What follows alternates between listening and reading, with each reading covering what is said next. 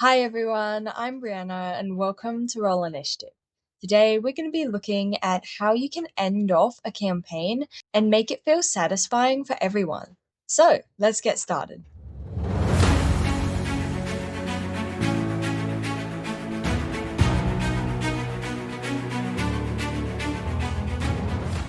So first off, if you do BBEG fights as the end of your campaign, the large climax to the story, then it's really helpful to set the mood for the fight with descriptions such as like the weather or even like the sound of the wind and such.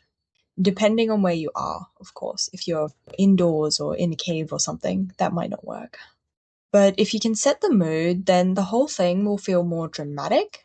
And if you can end the fight with letting the player who dealt the final blow describe how they take down the boss, then that's really fun for them. And even if you don't do this for a normal thing, then I would suggest doing it for the big bad. I sometimes do this on larger or more important fights, or fights that felt particularly difficult. It just adds a level of satisfaction to the fight, and it can be really fun for the players, especially the one who dealt the final blow, to make them feel important as they just did something big.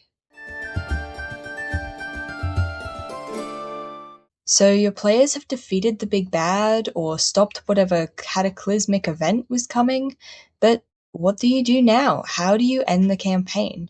And I think it's really important to not just end it where you defeated the boss. I think it's really important that your players get to see what they've done, what they've accomplished. They get to see how they affected the world, how it changed, and what they made happen. So I think it can be really great to go around and describe what has ended up happening, where all the NPCs that they've met are, sort of like what big events happened. Just describing some things that will actually make a difference, some things that your characters were excited about or put a lot of effort into. If someone made a building or a business, then go back and tell them how it's doing.